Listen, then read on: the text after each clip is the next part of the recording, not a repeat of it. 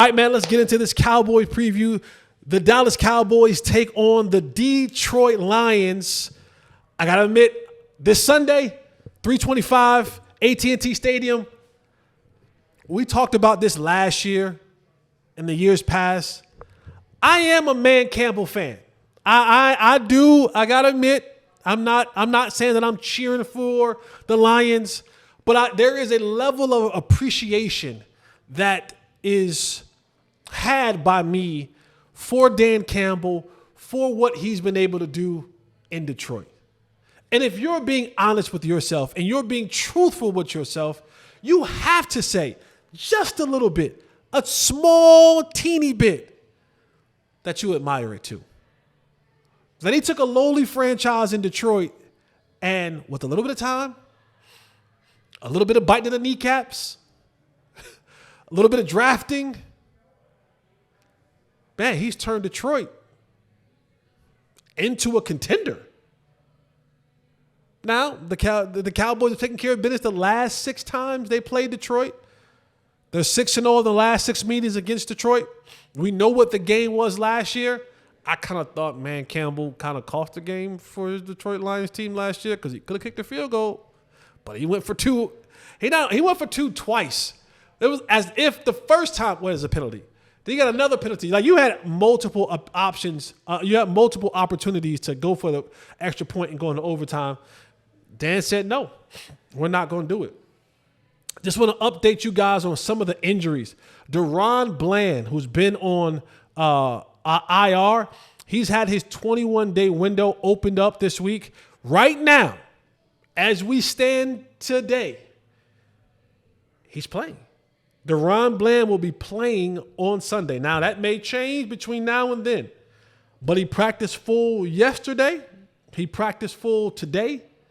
And they're talking about maybe a pitch count with him, but I just think if he gets in the game and he's playing well, unless he taps out because he's tired, conditioning may be an issue, I don't see him coming out the game. Kalen Carson had a shoulder injury. He's back. Zach Martin dealing with a little bit of a lower back. He's getting up there in age. He practiced off to the side today. But I think the biggest person that popped up on the injury report, and this is massive in the sense, I don't think the player is massive. I think his responsibility on this team, and specifically on the defense, is massive. Eric Kendricks did not practice at all this week, dealing with a calf and a shoulder injury. Eric's big because he's your green dot. And if you don't know what the green dot is, he is the quarterback of the defense. He has the microphone, the speaker in his helmet. Play call goes into him. Defensive play call goes into him. He gets it out to everybody else. He's the guy that's directing the defense, making the changes and all that kind of stuff. And he's the one guy truly that's in this Mike Zimmer defense who knows it front and back. He's the one guy who's able to relay whatever that Mike Zim wants in this defense. He's the one guy who can thoroughly relay it to those guys. And if he's not playing, I think your green dot goes to maybe Malik Hooker, because I don't think that your starting linebacking core now would be Damone Clark, who hasn't played in the last couple weeks. By the way, Damone Clark, from what I'm hearing, this is, I'm not trying to be just with the mess, but what I'm hearing is a little bit upset with his role. There's a lot of guys in the Cowboys organization that's upset with their role. Damone Clark's been kind of a little pissed off that he kind of went from playing a lot more last year to basically not playing at all this year. A little pissed off. So I don't even know how much you want to put Damone Clark out there right now in the way that he's feeling.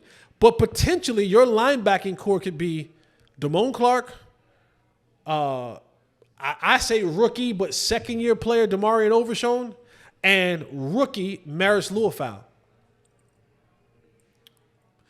Not saying those players won't eventually be really, really good, but I think having Uncle Eric out there controlling things helps him out tremendously.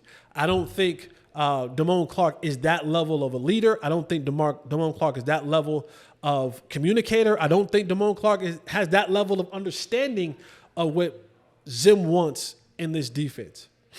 And this defense is it's been given a break these last 2 weeks. The Cowboys defense, their eyes, their brain has been given a break. With playing the New York Giants and then playing the Pittsburgh Steelers, who what they do offensively is very bland, very straightforward, not a lot of moving and all that kind of stuff. So they've been able to kind of, and I think that's why you've seen the Cowboys play better defensively, because they haven't had to deal with pre-snap stuff. They haven't had to deal with any of that. I do want to read you some pre-snap numbers that the Detroit Lions will do, because the 2 weeks that the Cowboys have had off, that ends now. That ends Sunday with the Detroit Lions. And so the Cowboys defense, and this comes from RJ Ochoa, the Cowboys defense has allowed 9.8 yards per attempt on pass plays that involve pre-snap motion so far this season.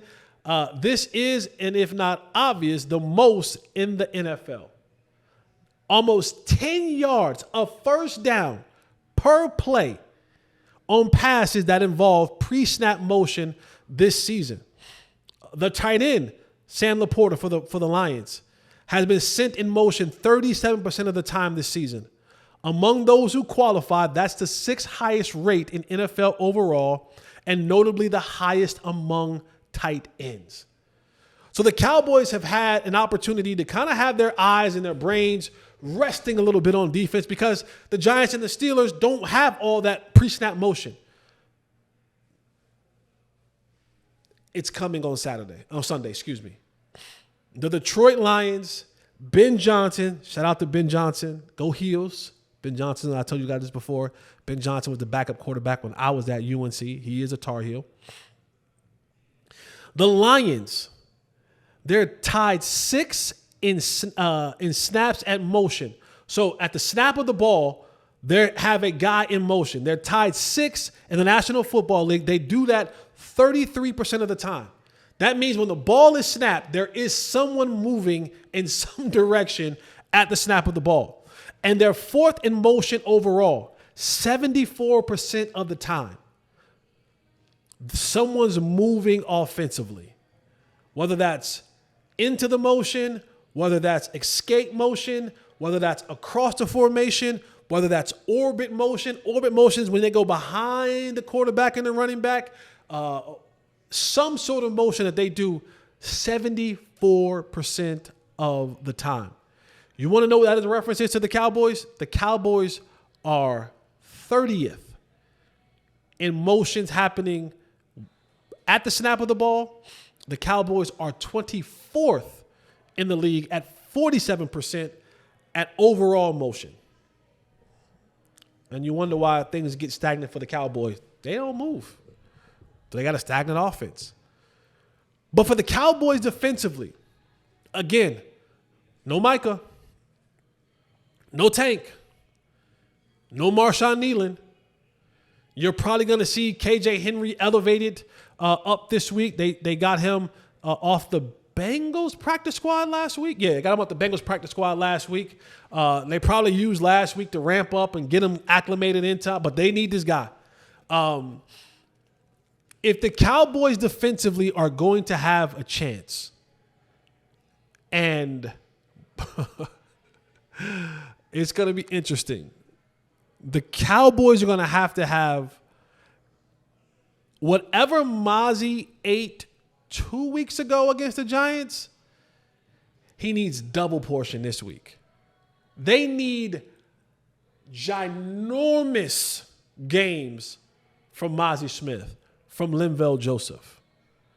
Because what's getting ready to happen with what they do offensively, the Detroit Lions, they have the second best offensive line in football. They have 5 Pro Bowlers last year on this offense. They had 2 first-team All-Pros. They had their right guard, Penei Sewell, and then Amon-Ra St. Brown, their receiver, were first-team All-Pros last year. This Detroit Lions offensive line is big, they are physical, they are nasty, they're athletic, they are earth movers. They are earth movers.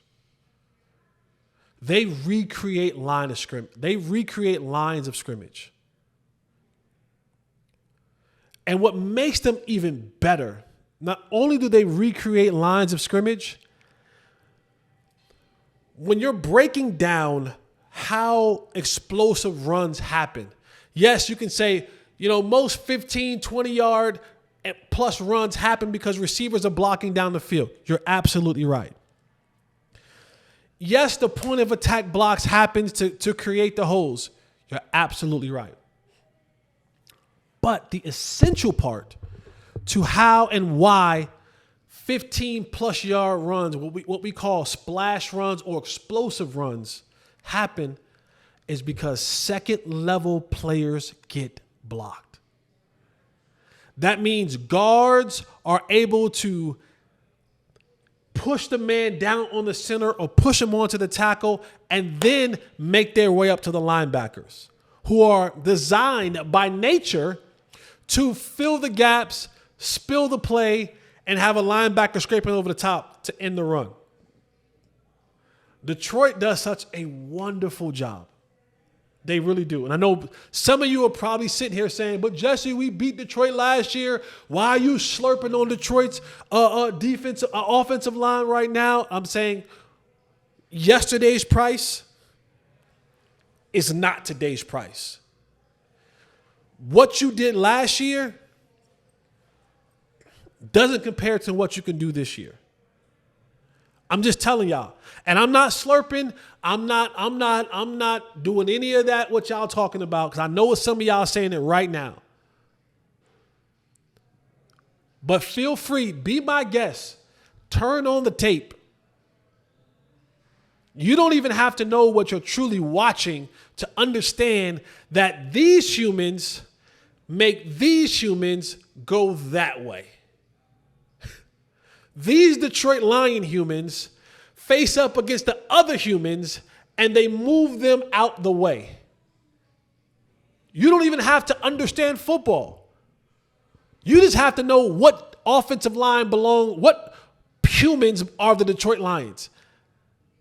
And you watch them move earth.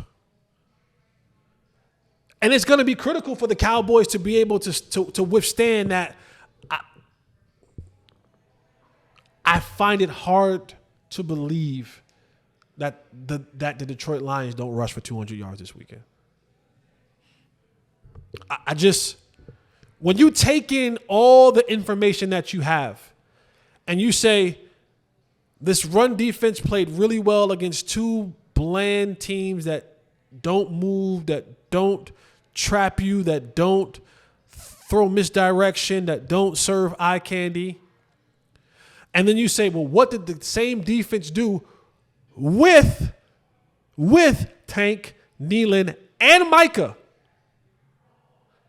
What did the offenses do to that defense, to that Cowboys defense, with all those players that had shifts, motions, pre-snap motion, post-snap motion, deception, eye candy, all that kind of stuff?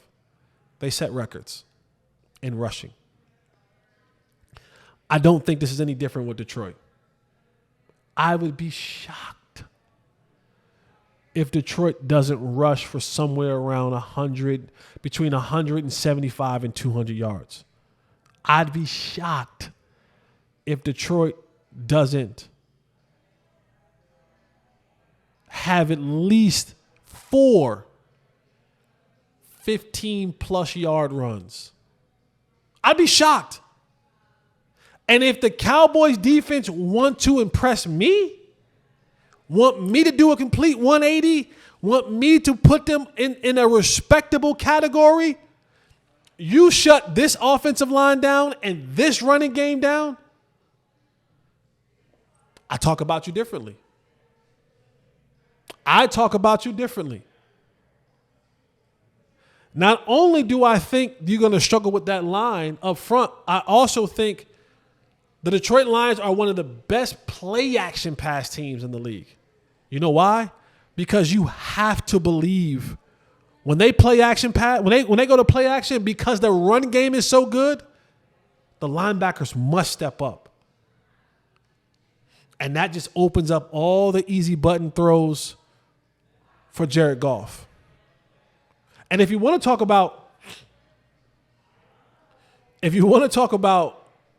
does like cultures and systems and coaching matter to a player, look at two players in the last couple of years. Look at Sam Darnold this year, 4-0 with the Minnesota Vikings. That's Sam Darnold. Yep, the same Darnold that you're thinking about in your mind right now. That's Sam Darnold. Got Minnesota rolling. And look at Jared Goff. Jared Goff went from, a name in a trade that sent Matthew Stafford to the Rams right before they was like, well, we don't think he's good enough. And he had a rough start in L.A. to a place now in Detroit where he is beloved, where he is encouraged, and he's in that conversation of one of the best quarterbacks in the league. Not the elite category, but what he's able to do with that offense and with that team has been remarkable. And he has weapons on every level. He has Amon-Ra St. Brown. He has Jamison Williams. He has Sam Laporta. And, of course, he has a two-headed monster in Gibbs and Montgomery. Like he is, and that offense, that offense is gonna be difficult to stop. Now, what I also will say, I remember what CeeDee Lamb did last year. I do. 227 yards, 2 touchdowns. I think it was like over 10 catches in that game. Went off. Had a 95-yard bomb where I thought Dak should have been sacked for a safety. The linebacker had to close his eyes. Dak shrugged off the hit, threw a bomb down the field to CeeDee Lamb for a touchdown, 95 yards. Need it again, buddy. And this comes off the heels of, I don't know. I said this on my DLL's Cowboys show when it came to CeeDee Lamb. We have a lost Lamb. I know that Lamb is doing some great things, but here's what Lamb has done in the second half of football games this year. Let me get his first half stats. In the first half of games this year, CeeDee Lamb has 21 catches for 353 yards, 2 touchdowns. In the second half of games this year, CeeDee Lamb has just 4 catches for 25 yards and no touchdowns. So CD comes out the gate cooking, and maybe he's still working off some of that training camp or the lack thereof. Maybe there is some sort of, I don't know, they're not seeing eye to eye, and I'm not trying to create controversy, but there's something that has happened, and I get it. I know what you're saying. Well, Jesse, you're supposed to be the football guy. You're supposed to understand that CD's getting bracketed and CD's getting this and EC getting that. You think CeeDee Lamb is the only number 1 receiver in the National Football League that teams bracket? Huh? You think teams don't bracket Jamar Chase? You think teams don't bracket Justin Jefferson? You think teams don't bracket Tyreek Hill and name the other number 1 receiver from any else other team? You think that? You think that they don't get bracketed as well? Huh? Of course they do. Of course I know that. Don't stop those guys from cooking. Those 4 catches in the second half for 25 yards. We're talking about Jalen Brooks. We ain't talking about Kevontae Turpin. We ain't talking about Brandon Cooks or Jalen. We ain't talking about none. We talking about C.D. Lamb. 4 catches in 5 games in the second half? Ain't that much bracketing in the world. Ain't that much bracketing in the world. You got to be locked up for real. Like, you have to be in prison. And while, I know, don't worry. Here's what you got to say too. Well, Jesse, other guys are making plays and Cool. I'm for that. It is not a recipe for long-term success when your number one receiver is getting lost in second halves of football. I don't want that to be a way of life for the Cowboys offensively. Yeah, sure. Other guys can get off too, but 88 got to get off too. Because the slant that you threw to old boy over there who just got a 10-yard gain, 88 has the ability to take that 10-yard gain and make it a 40-yard gain. They don't have that ability. They don't have that skill set. But the Cowboys offensively, if they're going to compete and win this game again to go 7 in a row in the last 7 games, I said it last week. I hope he put the suit in the cleaners. I hope he gets it back by Saturday night, Sunday morning. Because we're going to need another Superman-type effort from Rain Dakota Prescott. You're going to need everything you were in Pittsburgh minus the turnovers. You're going to have to go and score 27 to 30 points to win this game, if not more. You're going to have no other choice. You're going to have to light the scoreboard up. Do I think Dak can do it? I do. I think there are a ton of plays to be made on this Detroit Lions secondary. If, and that's a big if, the Cowboys find a way to block it up. I don't think Rico's going to have another 87-yard game. This front's really good. And right now, some will say if the season ended today, that your defensive player of the year would be Aiden Hutchinson. Leads the league in sacks right now. Leads the league in pressures. I think his motor is tremendous. I think he's aggressive. I think they feed off of him. And more so than I've seen in the last couple of years, he's lining up. Normally he'd be primarily defensive left side, offensive right side. He's doing a lot of snaps on the defensive right side, offensive left side. And if you're thinking what I'm thinking, oh boy. Oh boy. Tyler Guyton. You got your hands full, young fella. You got your hands full. I know some of y'all are thinking, well, maybe we should do Tyler Smith outside. Let me just tell y'all. I'm gonna just tell y'all. To take the first team All-Pro from left guard and move him to left tackle only leaves you in the same place you were before. You just took in one hole, filled it, only to open up another hole. I know y'all think, oh, TJ Bassett, go again. Turn on the film. Turn it on. Just press play. Y'all think because, oh, well, we got TJ Bassett ain't the answer, y'all. You take Tyler Smith from his left guard position, where he's all pro, and you move him to left tackle, he becomes slightly above average.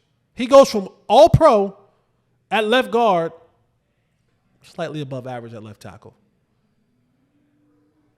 And if you go back and look at the Pittsburgh game, I forgot the defense end. Herbick, before he got hurt, he was doing the same thing to Tyler Smith that he was doing to Tyler Guyton. Tyler got lucky he got hurt. I'm telling you. Go turn on the tape. But now you just make another void, another hole at left guard if you put TJ Bass there. And he is closer to the quarterback. So your best bet might be just leave Tyler Smith right there. Pray for Terrence Steele that he can maintain and just give Tyler Guyton help as much as you can. But Aiden Hutchins is coming. And he going to line up real wide. They usually call it a wide 9 because, you're like the 9 is on the outside. He wide 13. He dang near sometime out there by the numbers. And boy, is he coming with the full head of steam. Pause. He is not taking no plays off. I can guarantee you that. It'll be an interesting game. Let me also say this. There is no controversy. CeeDee Lamb spoke today. For all of you, the non-lip readers or lip reader wannabes or whatever, there was no that's subpar. There was no beef between CeeDee and Dak. CeeDee simply said, jump ball 4, jump ball. I got you. That's it. I know y'all wanted to be more. I know controversy sells. I know mess is appropriate for sometimes. Not this time. Not this time. So that can stay in Pittsburgh, and you can move forward on to Detroit. You want me to give a prediction here? Do I give a prediction here? Yeah? I don't have a prediction right now. No, I'll give you a prediction. I think this is a blowout. I'm gonna be honest with you. I do. I think you see shades of what happened in the 2 losses this year. I'm gonna say the Detroit Lions win. 30